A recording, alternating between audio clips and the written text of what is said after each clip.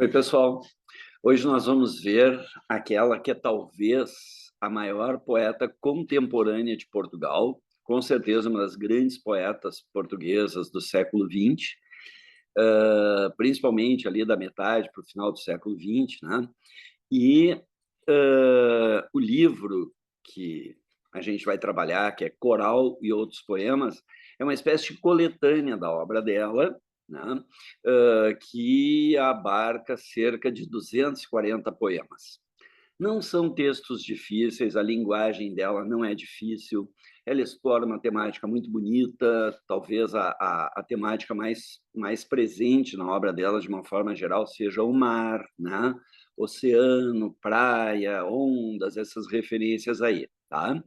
Sofia de Mello Breiner Andressen deixou uma vasta obra poética, eu coloquei aqui, contos infantis, peças de teatro, ensaios, traduções, inclusive de clássicos como Dante Alighieri, Shakespeare, né? Era uma grande intelectual e uma grande poeta. Militou politicamente, sobretudo contra a ditadura salazarista, que é um assunto que, eventualmente, a gente acaba recorrendo, né, ao tratar de Portugal do século XX, né, durante 40 anos, mais de 40 anos, Portugal viveu sob uma ditadura fascista, né, de Antônio Salazar. Tá?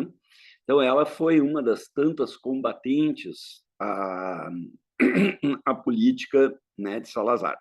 Então, isso aí vai aparecer na sua poesia. Aqui também eu coloquei que ela até foi eleita pelo Partido Socialista para a Assembleia, né, constituinte que teve em Portugal no final da ditadura. Foi a primeira mulher também a receber o maior prêmio literário, o mais importante prêmio literário da língua portuguesa, que é o Prêmio Camões. Então, inegavelmente, nós estamos falando de uma das grandes autoras do século XX, tá? Bom, aqui eu comecei colocando uma citação de um poema dela que eu achei muito bonita, né? Que ela diz assim, ó: quando eu morrer, voltarei para buscar os instantes que não vivi junto ao mar, né? Então isso aí já indica assim a importância que ela atribuía ao mar, né? Tá? Bom, vamos lá. Vamos começar agora a falar da sua poesia, do que mais nos interessa. Coloquei aqui, ó, segundo Eucanaã Ferraz. Quem é ele? É um poeta e crítico literário que fez a introdução desse livro Coral e Outros Poemas para nós. Tá? Então, na abertura ali, na apresentação que ele faz, ele cita os temas mais importantes. Tá? Então, assim, ó, genericamente, eu já estou colocando aqui o mar, o jardim, as mãos, a noite, a luz, a mitologia grega, tá? São referências que vão aparecer na sua poesia. Mas a gente vai começar tratando de um outro tema muito forte da sua obra, tá? Vai levar uma boa parte agora aqui, inicial da nossa aula, que é o quê? A preocupação da poeta com a ética e com a política, tá? E aí essas referências que eu fiz ao Salazar, né?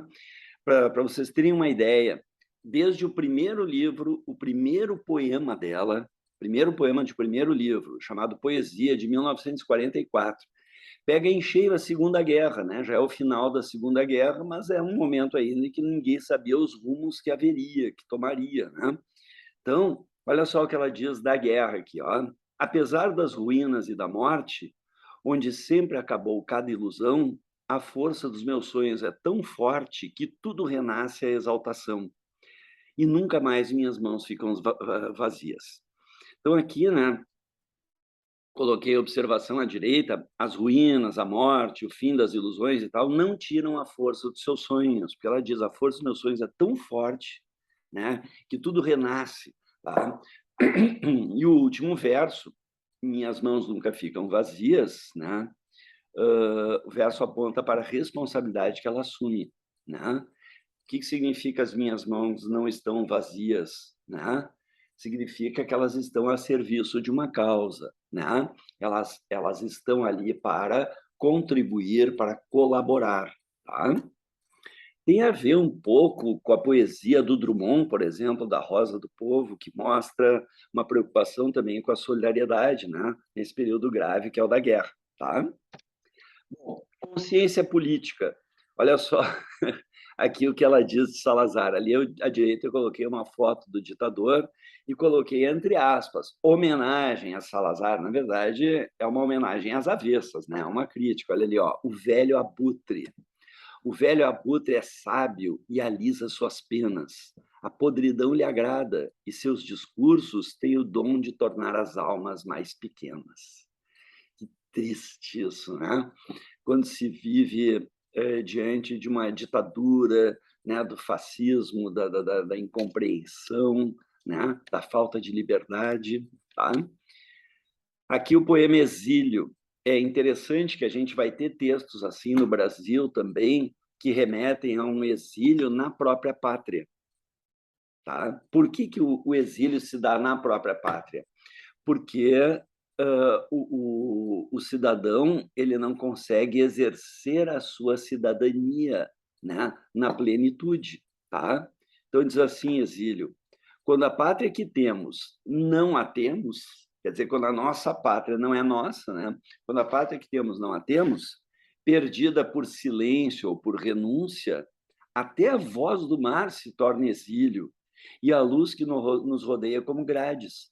Quer dizer, toda essa luz aqui que permite a gente enxergar e tal é grade. O mar é exílio, quer dizer, não adianta, né? A gente pode estar aqui olhando em volta e tal, estar livre, não estar numa prisão, mas é como se fosse, né? Porque não se exerce a cidadania, tá?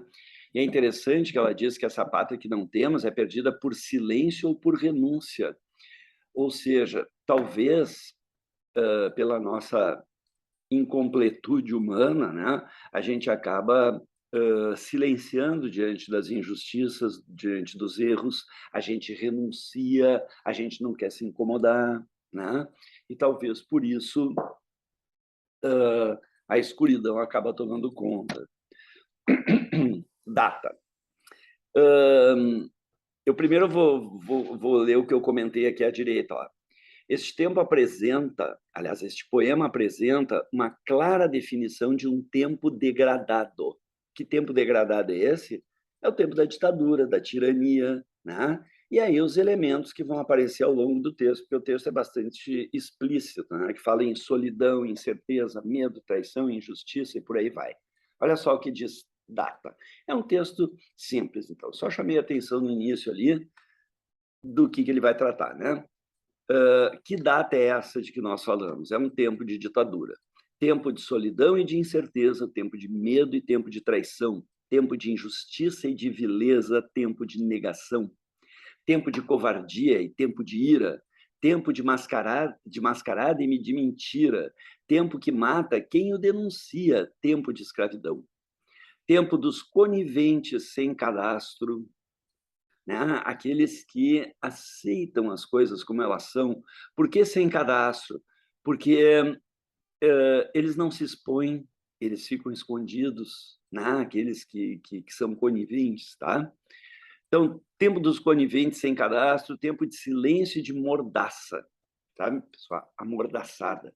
Tempo onde o sangue não tem rastro, tempo de ameaça. O sangue não tem rastro, quer dizer, ocorrem os crimes e a gente não acha a origem, a gente não consegue comprovar quem o praticou, né? Tá legal? Depois, este é o tempo.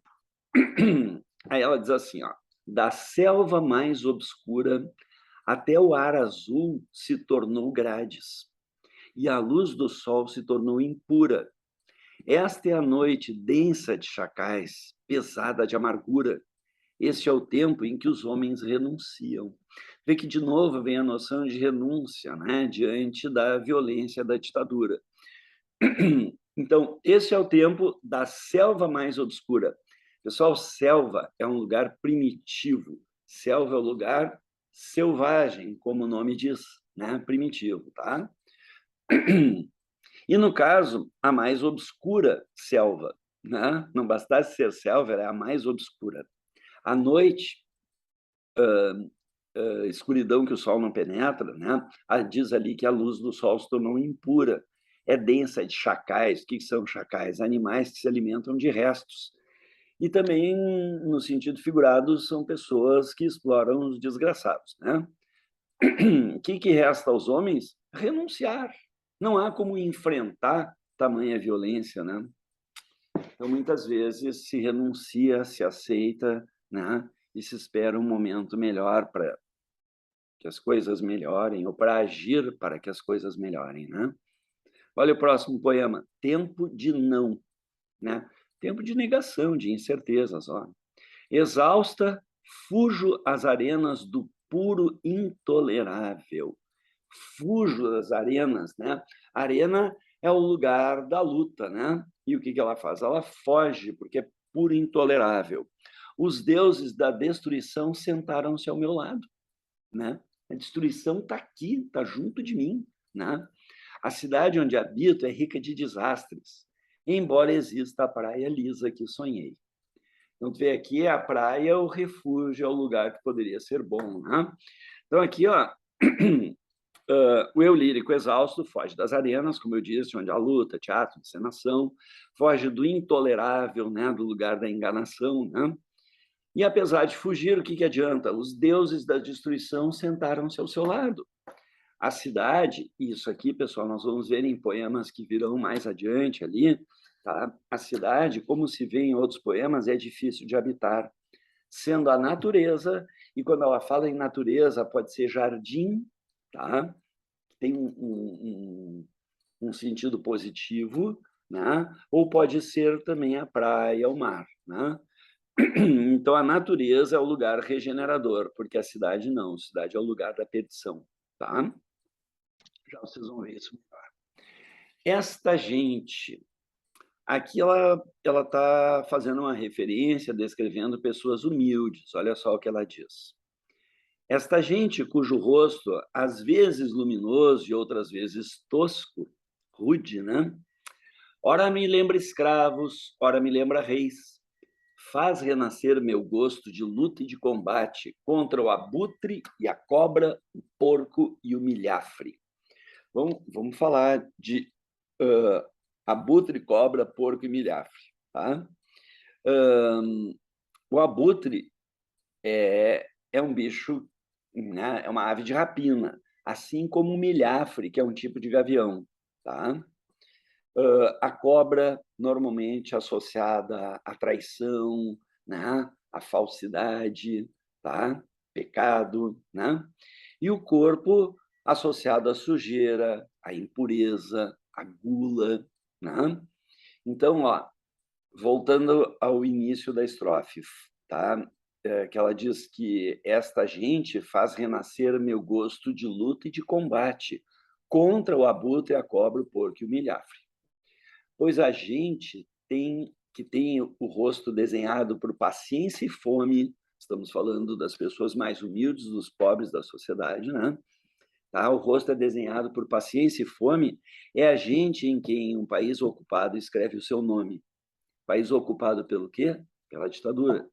E em frente desta gente ignorada e pisada, como a pedra do chão, e mais do que a pedra, humilhada e calcada, meu canto se renova e recomeço a busca de um país liberto, de uma vida limpa e de um tempo justo.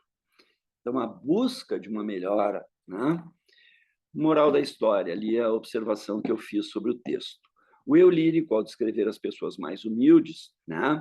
Rosto tosco, que lembra escravos, rosto desenhado por paciência e fome, gente ignorada e pisada, né? São os pobres, os excluídos. Vê renascer o seu gosto por luta e combate, tá? Diante da dificuldade das pessoas mais humildes, nela renasce com força esse sentimento de querer ajudar, né? De solidariedade, tá? Contra, como já dissemos, abutre, cobra, porco, milhafre. Como se vê, há um desejo de banir esses elementos negativos, né? E buscar o quê? Um país liberto, uma vida limpa e um tempo justo. Sim? Então, tu vê assim, né? Não é uma poesia difícil, né? As expressões que ela usa são tranquilas, né? A abordagem parece ser bem clara, bem explícita também, né? Claro que nós não teríamos como ver os 240 poemas da coletânea, mas a gente tem um apanhado geral aqui que vai nos dar uma orientação, que nos dá uma direção, tá bom? Perdão. Evolução. Ó, eu gostaria de ler primeiro o que está à direita aqui, porque vai nos ajudar na leitura do texto, tá? Ela usa o comparativo como, tá? Para quê? Para criar analogias entre a revolução e a casa limpa, o chão varrido, a porta aberta, etc. Tá? A revolução, então, que promoveria uma melhora, né? E vale destacar no final em que o poema emerge de uma página em branco, também como ato revolucionário, assim como o homem que ergue a sua habitação, sempre apontando para a ideia de início, de começo, de fundação, né? A partir da revolução, há o recomeço, há a fundação, tá? Então, revolução diz assim: como casa limpa, como chão varrido, como porta aberta, como puro início, tá? O início é puro, né? Como tempo novo, sem mancha nem vício, como a voz do mar interior de um povo, como página em branco onde o poema emerge, como a arquitetura do homem que ergue sua habitação. Tá? Então, ela faz essa relação também com a poesia, né? com a construção da habitação, da casa, que é o lugar do nosso cotidiano, do nosso dia a dia, do aconchego familiar, né? E que é importante, fundamental para todos nós. Regressarei. Olha essa. Eu regressarei ao poema como a pátria, a casa, como a antiga infância que perdi por descuido. Tá ok? Ela vai regressar ao poema, como vai regressar para a pátria, para a sua casa e para a antiga infância que perdi por descuido, para buscar obstinada a substância de tudo e gritar de paixão sobre 1000 luzes acesas. Aqui a gente começa a entrar numa mistura também com a própria poesia, né? Com o ato de fazer poesia, que já já a gente vai explorar como um outro tema de sua poesia. Por enquanto, ainda continuamos, né, tratando de questões políticas, tá? Então, aqui, ó, o fazer poético é, muitas vezes, na obra do autor, o caminho para resgatar algo que foi perdido, como pátria, casa, infância, né? Buscar a poesia é tentar encontrar a substância de tudo, tá? Porque a gente poderia ler assim, ó: eu regressarei ao poema para buscar obstinada a substância de tudo, né? Tá? Ela não usa vírgulas aqui, mas provavelmente teríamos entre vírgulas aqui como: eu regressarei ao poema como a pátria, a casa, como a, né? E aí, para quê? Para que eu vou regressar à poesia? Para buscar a substância de tudo. Quando se poderá, então, gritar de paixão, né? Na intensidade de 1000 luzes acesas. Certo? Agora, o próximo 25 de abril. Fundamental a gente lembrar que 25 de abril de 1974, né, foi quando se deu em Portugal a Revolução dos Cravos, uma revolução socialista que derrubou o regime de Salazar há mais de 40 anos no poder. Tá? Então, 25 de abril diz assim: esta é a madrugada que eu esperava, o dia inicial inteiro e limpo, onde emergimos da noite do silêncio e livres habitamos a substância do tempo. Olha que bonito isso, né? A madrugada que eu esperava, o dia inteiro e limpo, né?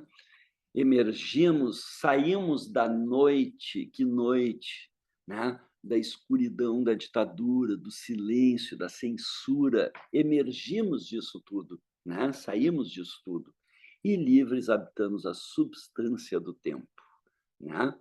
Então, a Revolução dos Cravos ela chegou a promover algumas mudanças, né? Em Portugal, estabeleceu a democracia, o que é mais importante, né? E promoveu algumas mudanças, mas acabou não tendo continuidade, tá? Biografia. Aqui a gente continua também nessa história. Biografia diz assim: tive amigos que morriam, amigos que partiam, outros quebravam o seu rosto contra o tempo. E aí isso é em relação aos amigos dela, conhecidos, o que fizeram, né? E aí ela diz assim: odiei o que era fácil, procurei-me na luz, no mar, no vento. Olha que interessante a maneira como ela apresenta os verbos aqui, ó. Tá? Nesse poema, o eu lírico parece colocar-se em condição diversa das escolhas de seus amigos. Ó, os amigos que morriam, que partiam, quebravam o rosto contra o tempo. O verbo está no pretérito imperfeito, tá? E quando é o pretérito imperfeito, morriam, partiam, dá uma impressão de algo que não foi terminado ainda. Não é à toa que se chama um modo imperfeito, né? Já os verbos escolhidos pelo sujeito, que ele escolhe para si, tá? Eles estão no modo perfeito. Odiei e procurei-me, sugerindo uma espécie de realização, né? Por quê? Porque o verbo no pretérito perfeito é uma ação concluída, né? Tá? Categórica e concluída. Então, odiei e procurei-me, sugerindo uma ideia de realização, que se dá na natureza, onde o tempo tem menor importância, onde a existência é mais estável, né? Então, veja que interessante, onde é que ela se realiza? Na natureza. Luz, mar, vento, né? E ali o tempo não é relevante. Qual é a relevância do tempo para o mar, né? Que está ali derramando as suas ondas eternamente, né? Tá, o vento, enfim. Sim? Quem me roubou o tempo que era um? Quem me roubou o tempo que era meu? O tempo todo inteiro que sorria, onde o meu eu foi mais limpo e verdadeiro, e onde por si mesmo o poema se escrevia. Aqui o eu